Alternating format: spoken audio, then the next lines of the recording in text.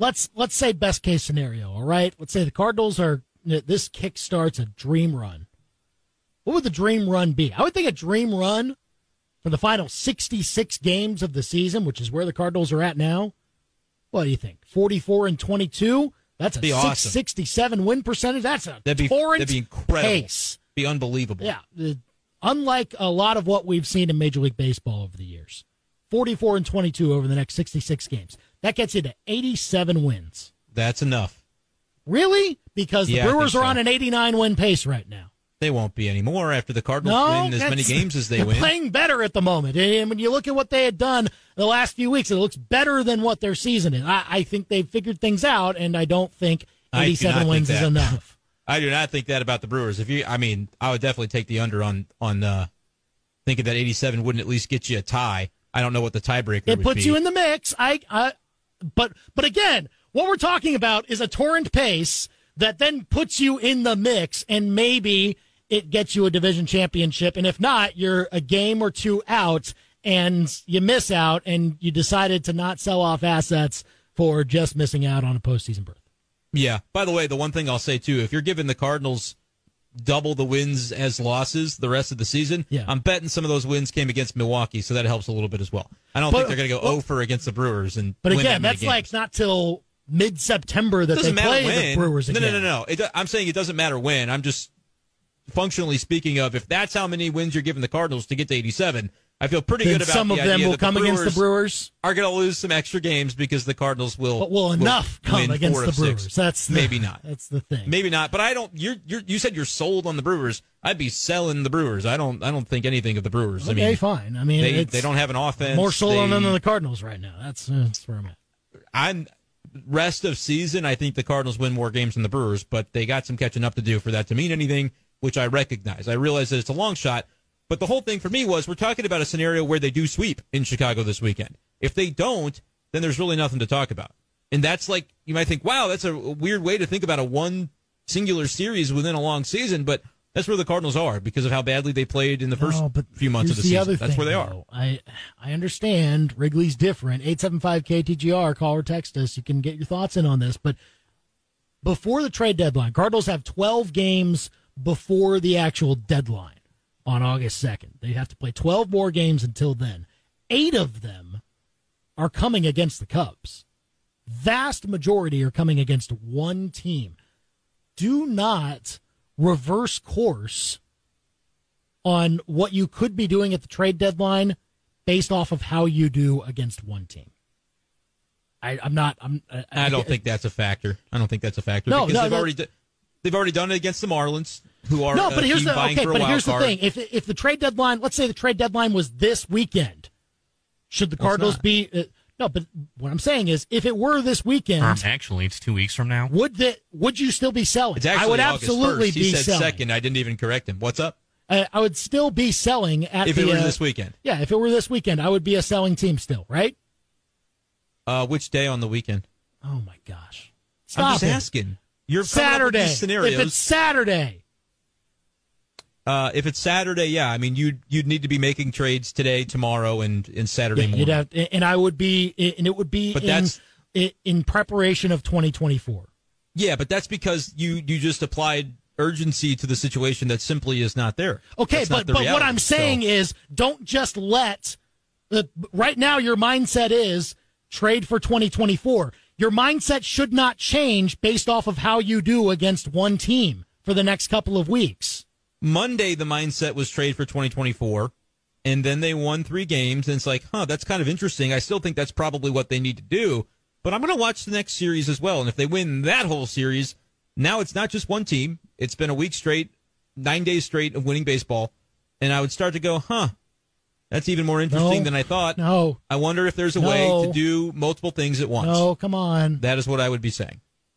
Maybe there is, but don't sacrifice the potential of 2024 for it. That's the opportunity cost with this whole thing. There is opportunity cost. I don't think it's as great as we're making it out to be by saying that. Who would you not trade if the Cardinals go on a run and then are in a position to say, actually, we want to hold on to some of the guys that we have? Who is on that border of you're trading this guy if you're still bad, or you're not trading this guy if you're going on a run and you could potentially still be in the mix? This is a good question, because I think that regardless of whether you're in it for this year or not, you can still make the types of trades of position players that would net you a pitcher, like when we talked about the Yankees and a guy like Clark Schmidt. He goes directly into your rotation, and you maybe can trade a position player to get him if you're not trading a starting pitcher to get him. Like, I would trade a Jack Flaherty or a Montgomery for Clark Schmidt either way, if I could do that, because that guy is controllable for several years. Montgomery, Flaherty are not.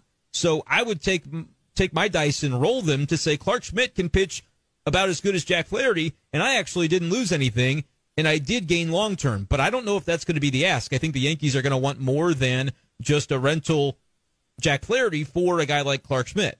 So that's where it gets a little bit tricky. The return also relates to whether or not I'd be willing to trade a player in a buy mode, or I should say in a sell mode, versus a stand pat sort of mixture mode. What am I getting back? Because if I'm replacing the starting pitcher that's a rental that I get rid of, like I lose Jordan Montgomery and he's really good, but if I'm replacing him with somebody who's at least serviceable, I'm a little bit more inclined to say I still make that move even as the Cardinals win, but I don't trade him for the guy in AAA that, he's probably not going to be able to step in and give you innings because he's got a 9 ERA anytime that it's happened, to give an example of like a Brenden from Arizona. So it definitely depends on what I would be getting back. But if they win 4 at Wrigley and now they're 7 games back because, say, Milwaukee has a little bit of a rough weekend, then I am really looking a lot more closely at what does my team look like after I make these quote-unquote sellers moves compared to if they just go to Wrigley and are terrible. It doesn't really – I'm not as picky because I know at that point, I really do just need to get rid of this guy and get somebody that can help me next year, even if he can't help me in August and September of this year, or even if he's less likely – the prospect that I get back to help me in August or September of this year, because at that point, August or September won't matter if they go to Wrigley and split or they lose 3 or 4. No, I get that, but that's the line for me, though. I think I really do think that is kind of the way I think. The starting pitchers are around like the line where maybe you deal them, maybe you don't, or if you can't get the deal done, then you have to make sure you replace your starting pitcher that you give up with somebody that can service your rotation for the rest of the year. Yeah, if they are winning at Wrigley and staying in this, like if they truly go on the 9-game winning streak, that means they swept in Chicago. Yeah, right. That would be the point where I think they're close enough, perhaps, to be more selective with what I get back, or maybe need to make an additional move to make sure I've got somebody to take on the spot of the guy that I gave up, even if the guy I'm getting now isn't going to be as good for the next 2 months. As long as he's not a complete unknown that is probably going to stink, or as long as he's better than, whatever you have in AAA, or delivering a full-time rotation spot to Dakota Hudson or Zach Thompson or whatever that would look like, then I'm still kind of okay with it, because I am not naive to where the Cardinals are. They're not in a good spot, and one series very likely does not change that, but they're starting to stack a style of play that's different from what they had done earlier in the year, and so it's more interesting to me. But if they're out of it, and they say, hey, the best we could do for Jordan Montgomery or for Jack Flaherty was to get this AAA guy who, if we put him in the big leagues right now, we don't think he's ready. We want to get a look at him first. And so we're not even going to bring him up. And that means Dakota Hudson and Zach Thompson are in the rotation. They're both pitching starters innings for you now. Yeah. Or it means we call Liberatore back up, and we know what it's looked like for Liberatore, but we don't have anybody else, so we got to do it. Like, that's a scenario I expect to play out if the Cardinals are out of it. But I'm a little more selective otherwise. You can also trade a position player for a long-term starting pitcher, though, like one of those Mariners guys. The Brenden Donovan thing makes it tougher. Actually, Brenden Donovan's injury makes me less inclined to say the Cardinals are in it, because he's not returning to the field anytime soon. Yeah. And I don't know how, with 3 catchers and a Wilson Contreras who's not that good at catcher, I don't know how that all works out if Brenden Donovan has to be the DH every day. I don't know how they do that 3-catcher thing, and one of them can't DH. I don't know what happens there, and so I do think it's less likely that they thrive with the way that they're constructed without being able to put Brenden Donovan's flexibility back in the field. I think that's part of this as well. I understand it can be sometimes a little touch and go with these situations, but Jordan Montgomery and Jack Flaherty, they can be sweeteners to some of these deals, and I just don't know if you miss out on the chance to to get a top, either a top guy from somebody's rotation in their depth, and you're able to maximize your potential for what you can trade with this trade deadline period. It just would not make sense to me to hold on to those guys knowing that you won't get much back afterward. And I don't know if any other games can change how I feel about it. It's just how I feel. Well, and by the way, a 4-game series sweep at Chicago has like a 2% chance of happening. Very unlikely. But if it did happen, you're only at July, 24th at that point. You're not at August 1st. So right. I wouldn't sweep Chicago and then on Monday trade Jordan Montgomery. I probably wouldn't do that. I'd probably say, let's let this road trip play out. And I'm John Mozeliak. I'll find a way to maneuver the deadline at the deadline or a couple of days before it. I'm not pressed into having to do it right this second. That would also be, I'm not saying Cardinals need to become buyers or they need to not sell their short-term guys if they sweep at Wrigley. I'm saying they need to continue to let the thread play out a little longer if the team continues to never lose a baseball game. Well, and that's tough because the talks are ongoing now. Like, John Mozeliak's probably on the phone now with teams. Texting somebody. Right, Mike Gersh is texting somebody. It's happening all week. It's been happening, right. Yes. And so it's tough to then have to monitor the results, first of all, individually for these players. Like, is their value up or down? Is their stock up or down? Is he healthy? Right. Does the other team think he's healthy?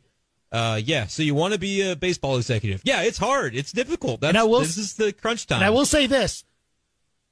This run is still good for the Cardinals. And it might put them in a gray area with whether you're a buyer or you're a seller if you keep winning and winning and winning. But I think that's almost a good thing, because then if somebody calls about Jordan Montgomery and somebody calls about Jack Flaherty, you can kind of play the game of, well, they're playing a whole lot better if they put it together. Bump up the asking price.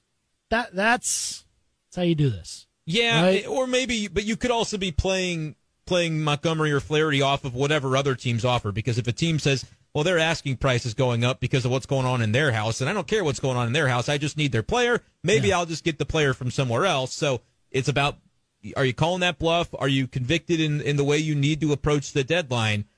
John Mozeliak's got to pull some magic. Like, it is, if he has a good 2 weeks where I'm not saying he's got to fleece the other teams that he's trading with, but like those little nitty-gritty moments of negotiating can lead to really positive dividends for the Cardinals in the years ahead if he can have a good 2 weeks at his job.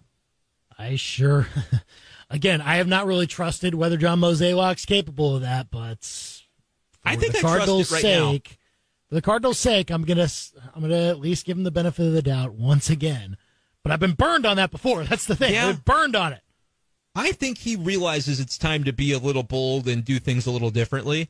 And I think he can operate with a little swagger from knowing that, you know what, I have not had a losing season since 2007. I'm pretty good at this job. Let's go in with some confidence and approach these trade discussions with some confidence that I'm going to be able to get this team what it needs to get back up on its feet. I do have faith in Mozeliak. Maybe that's just blind faith and there's no legitimate reason to have it. But I'm kind of just speaking totally just from my mentality and my mindset as they approach this thing. I'm just kind of sitting here going, I'm intrigued, and I actually think I just have a gut feeling that he might be able to pull something off that they need to do and not overpay and not trade the wrong guy, that kind of thing. Well, Cardinals fans all over are hoping the same thing. We'll see if it happens this time around in the next couple of weeks.